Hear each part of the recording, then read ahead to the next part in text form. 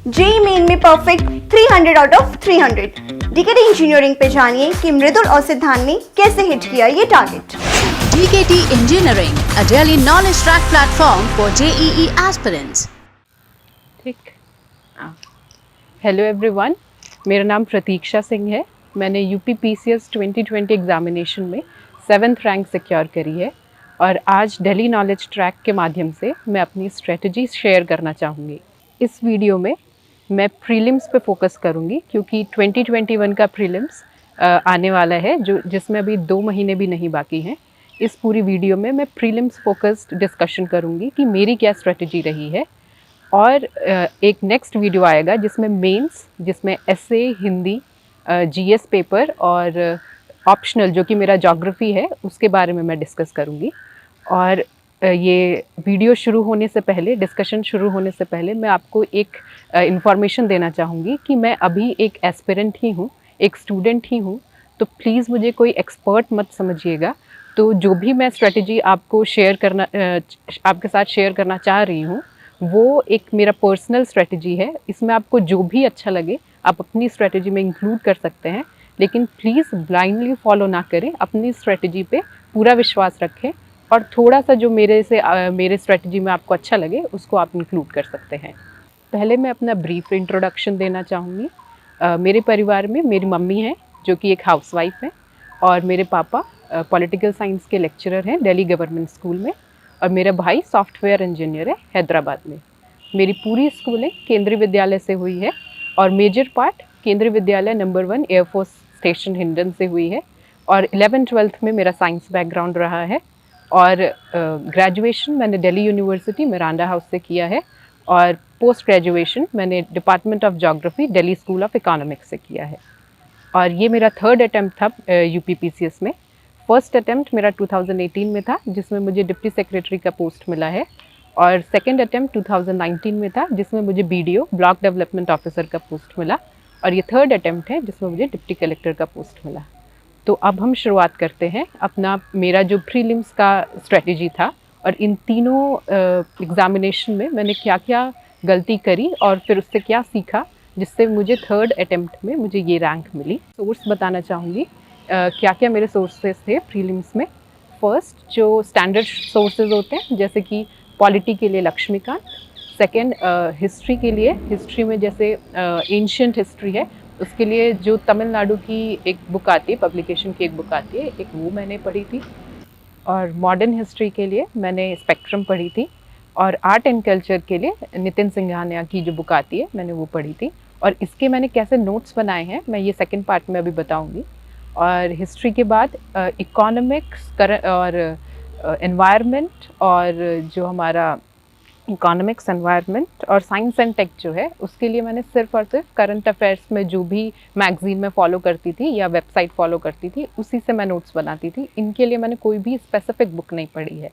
और ज्योग्राफी के लिए जैसे मेरा ऑप्शनल ज्योग्राफी ही है लेकिन मैंने इसके लिए भी बुक्स पढ़ी थी। जैसे आपको पता होगा NCERT की 11th और 12th की जो बुक्स आती हैं वो इसके लिए काफ़ी अच्छी हैं और एक GC लियोंग है वो भी सिमिलर ही है। तो अगर आपको NCERT पढ़नी है तो आप उसको भी प्रेफर कर सकते हैं या फिर GC लियोंग पढ़ सकते हैं। और ये मेरे मेजर सोर्सेज थे।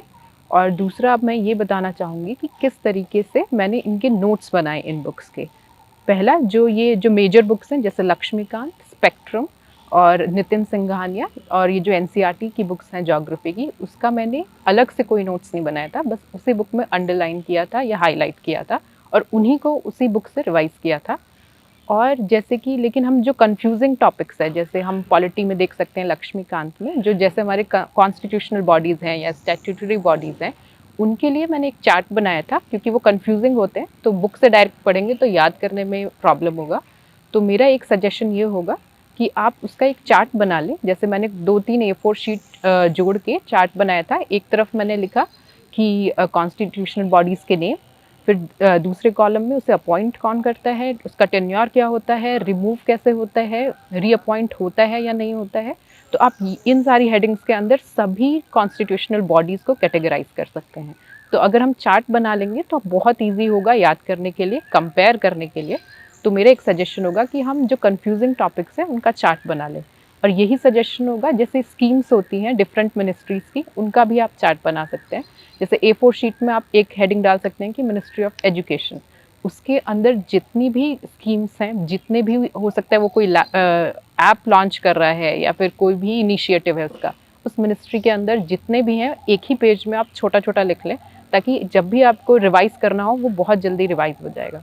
तो इसी तरीके से जैसे नीति आयोग है, उसके भी कुछ इनिशिएटिव्स आते रहते हैं, तो उनको भी एक पेजेस में लिख सकते हैं। तो फिर इससे ये होगा कि हम रिवाइज़ काफ़ी अच्छे से कर लेंगे। तो मैं ये सजेस्ट करूँगी, जो मेजर बुक हैं उनका अगर आप नोट्स ना बनाना चाहें तो ना बनाएं, उनको उन्हीं से रिवाइज़ कर लें, अंडरलाइन अच्छे से करें, और कंफ्यूजिंग टॉपिक्स के आप चार्ट बना लें।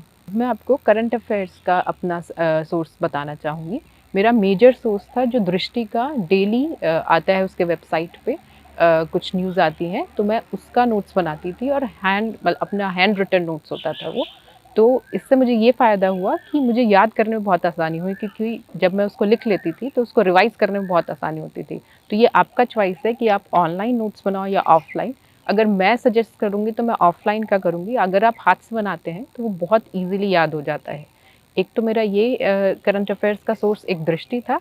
दूसरा मेरा ये सजेशन होगा कि अगर हम करंट अफेयर्स को क्वेश्चन आंसर फॉर्म में करेंगे तो वो बहुत जल्दी याद होगा। तो एक इनसाइट वेबसाइट है जिसमें वो डेली 5 क्वेश्चंस देते हैं, तो आप उसे डेली कर सकते हैं। फिर उनका मंथली कंपाइलेशन भी आता है, तो जो भी आप डेली करते हैं उनको रिवाइज़ करने के लिए आप उनका मंथली कंपाइलेशन PDF डाउनलोड कर सकते हैं, और उसमें हाईलाइट कर सकते हैं जो भी आपको ऐसा लगता है कि इम्पॉर्टेंट है, या फिर वो याद करना, फिर से हमें रिवाइज़ करना इम्पॉर्टेंट है, तो उसको आप उस PDF में हाईलाइट कर सकते हैं। उनका प्रिंट आउट भी आता है, आप उसको भी पढ़ सकते हैं। तो अगर हम करंट अफेयर्स को क्वेश्चन आंसर फॉर्म में करेंगे वो काफ़ी इजीली याद हो जाएगा। तो ये 2 मेजर सोर्सेस थे मेरे करंट अफेयर्स के लिए। और मंथली मैगज़ीन में मैं विज़न का लेती थी, जो कि मेंस के लिए भी काफ़ी अच्छा होता है। तो उसमें जो बॉक्स आते हैं जिसमें वो थोड़ा डिटेल में इंफॉर्मेशन देते हैं, वो प्रीलिम्स के लिए काफ़ी अच्छा होता है। तो मेरे ये 3 मेजर सोर्सेस थे करंट अफेयर्स के लिए। और मेरे न्यूज़पेपर, मैं 2 न्यूज़पेपर पढ़ती थी। एक तो द हिंदू हमेशा पढ़ती थी डेली, लेकिन जो इंडियन एक्सप्रेस है उसे पूरा नहीं पढ़ती थी, उसका जो एक्सप्लेन्ड पोर्शन आता है उसको पढ़ती थी। अगर एक्सप्लेन्ड आप नहीं पढ़ रहे हैं तो दृष्टि का जो डेली आता है उसके वेबसाइट पे न्यूज़, उसमें भी वो लोग कवर कर लेते हैं जो एक्सप्लेन में इम्पॉर्टेंट टॉपिक्स होते हैं। तो अगर आप 2 न्यूज़पेपर नहीं पढ़ते हैं तो आप 1 न्यूज़पेपर भी पढ़ सकते हैं, और उसके बाद वेबसाइट के थ्रू आप उसको कंपनसेट कर सकते हैं। और एक हिंदी मीडियम वाले बच्चों के लिए एक ये सजेशन होगा कि आप भी कोई एक वेबसाइट ज़रूर फॉलो करें, क्योंकि उसमें वो हर डिफरेंट सोर्सेज से, इंग्लिश, हिंदी, जो भी न्यूज़पेपर है, जो भी वेबसाइट है मिनिस्ट्रीज़ की, वहाँ से वो सारे इन्फॉर्मेशन कलेक्ट करके एक ही जगह ले आते हैं। तो आप कोई भी एक न्यूज़पेपर पढ़ने के बाद कोई भी एक वेबसाइट फॉलो करें, जिससे आपको पूरा जितने भी सोर्सेज हैं डिफरेंट, वो आपको मिल जाएंगे न्यूज़, डिफरेंट सोर्सेज के न्यूज़। और दूसरा मेरा सजेशन ये भी होगा कि आप एटलस ज़रूर पढ़ें, क्योंकि बहुत सारे क्वेश्चंस आते हैं कि आप इसे ईस्ट टू वेस्ट अरेंज करिए या नॉर्थ टू साउथ करिए। तो कुछ भी है तो उसके लिए आप इंडिया का एटलस काफ़ी अच्छे से पढ़ें, और डिफरेंट कॉन्टिनेंट्स का एटलस भी काफ़ी अच्छे से पढ़ें, ताकि हमें ये याद हो जाए कि कौन सी चीज़ कहाँ पर है। और अगर हम मैप्स के थ्रू पढ़ते हैं तो वो विजुअलाइज हम अच्छे से कर पाते हैं, और हमारा जब भी हम क्वेश्चन देखते हैं तो हमें आंसर करने में आसानी होती है। और मैंने एक ये क्वेश्चन होगा कि इंडिया ईयर बुक पढ़ी थी या नहीं, तो मैंने नहीं पढ़ी है इंडिया ईयर बुक। मैं हमेशा जो विज़न का हर ईयर एक वो लोग टेस्ट सीरीज़ में एक क्वेश्चन पेपर पूरा इंडिया ईयर बुक पे ही फोकस रखते हैं, तो मैं उसी को सॉल्व करती हूँ। तो उसमें से मुझे जो भी नॉलेज मिलती है मैं बस उसी के नॉलेज के हिसाब से इंडिया ईयर बुक के क्वेश्चन को टैकल करती हूँ। मैंने वो बुक पूरी नहीं पढ़ी है। यूपी पीसीएस में हमें थोड़ा यूपी स्पेसिफिक भी पढ़ना होता है, तो हम ये डेटा ले सकते हैं। जैसे घटना चक्र की एक कंपाइलेशन आती है एग्ज़ाम से 1 महीना पहले, तो उसमें पूरे ईयर का कंपाइलेशन होता है। आप उस पे अपना मतलब पूरा प्रिपरेशन बेस कर सकते हैं। मैंने घटना चक्र या फिर आप दृष्टि भी पढ़ सकते हैं, एक दृष्टि की भी कंपाइलेशन आती है, तो 2 में से कोई एक आप पढ़ सकते हैं, जिसमें पूरा ईयर जो भी यूपी का स्पेसिफिक न्यूज़ है उसको वो कवर करते हैं। तो आप, अगर आपके पास टाइम नहीं है कि पूरा आप मंथ वाइज यूपी का पढ़ें, तो आप एक कंपाइलेशन भी पढ़ सकते हैं पूरा ईयर का। और दूसरा CSAT के लिए ये मेरा होगा सजेशन कि प्लीज़ उसे इग्नोर ना करें, वो भी इम्पॉर्टेंट है।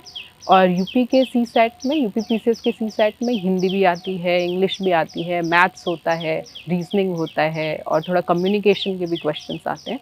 तो आपको मैंने इसके लिए कोई बुक नहीं पढ़ी थी, तो आप कोई भी वेबसाइट या कोई भी क्वेश्चन पेपर या मॉक्स जो आते हैं, टेस्ट सीरीज़ आते हैं, उनको आप रेगुलर सॉल्व कर सकते हैं, ताकि आपको आइडिया हो जाए कि कैसे हमें कितने क्वेश्चन सॉल्व करने हैं और हमारे कितने क्वेश्चन बन रहे हैं, या फिर कितना कौन सा एरिया हमारा स्ट्रांग है, तो उसको हम इसमें पहचान सकते हैं और उसके हिसाब से सी सैट को क्वालिफाई कर सकते हैं।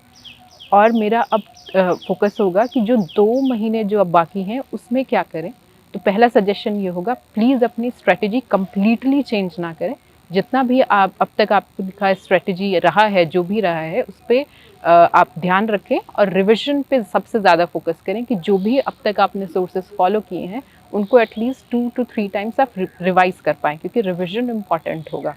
और दूसरा मेरा सजेशन होगा कि टेस्ट सीरीज़ ज़रूर सॉल्व करें। किसी एक ही कोचिंग इंस्टीट्यूट का आप सॉल्व कर सकते हैं, जैसे मैंने विजन का किया था। उसका आप वैसे वो 35 पूरे देते हैं कंपाइलेशन, 35 क्वेश्चन पेपर्स का, तो आपकी इच्छा है कि आप पूरे करें या फिर जो फुल लेंथ क्वेश्चन पेपर आते हैं उनको कर सकते हैं, वो हेल्पफुल होते हैं। तो टेस्ट सीरीज़ ज़रूर सॉल्व करें और टेस्ट सीरीज़ सॉल्व करने के बाद ये ज़रूर एनालाइज करें कि किस तरीके से हमने क्वेश्चन पेपर को अटेम्प्ट किया, कितने क्वेश्चन हमने अटेम्प्ट किए, कितने गलत हुए, हमें और कितने करने चाहिए थे, और अगर जो गलत हुए हैं उनका क्या रीज़न है, तो ताकि हम नेक्स्ट जब दूसरा टेस्ट दें बैठने के लिए तो उसमें हम वो सारी गलतियाँ ना दोहराएं। तो आप कोशिश करें कि टेस्ट सीरीज़ के थ्रू अपना प्रैक्टिस काफ़ी अच्छे से कर लें, ताकि जब आप एक्चुअल बैठेंगे एग्ज़ामिनेशन में तो आपको आसानी होगी। और इसी टेस्ट सीरीज़ में मेरा तीसरा ये सजेशन होगा कि मैं जब बैठती थी टेस्ट सीरीज़ सॉल्व करने, तो पूरे क्वेश्चन पेपर को 3 राउंड में मैं सॉल्व करती थी।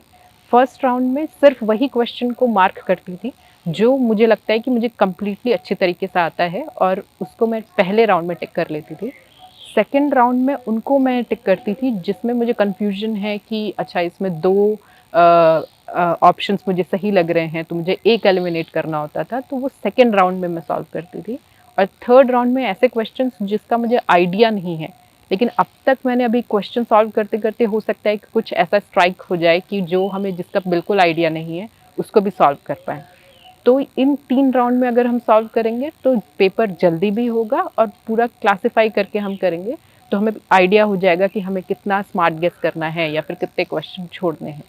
तो ये मेरा सजेशन होगा उन एस्पिरेंट्स के लिए जो अभी 2 महीने में अपना प्रीलिम्स की तैयारी कर रहे हैं। तो प्लीज़ अपनी स्ट्रेटजी पूरी तरीके से चेंज ना करें, अपने सोर्सेज को फॉलो करें और रिविजन पे सबसे ज़्यादा ध्यान दें। तो ये मेरी प्रीलिम्स स्पेसिफिक स्ट्रेटजी थी और मैं ये आशा करती हूँ कि ये थोड़ा आपको हेल्प करेगा। और मैं डीकेटी के माध्यम से मैंने काफ़ी टॉपर्स के वीडियोस देखे हैं और आप उनके भी वीडियोस देख सकते हैं, वो काफ़ी हेल्पफुल होते हैं कि क्या स्ट्रेटजी होनी चाहिए। और लास्ट में मैं आप सबको थैंक यू बोलना चाहूँगी और डीकेटी को भी थैंक यू बोलना चाहूँगी जिसने मुझे एक प्लेटफॉर्म दिया जिसके थ्रू मैं आप तक पहुँच पाई। Thank you for watching me.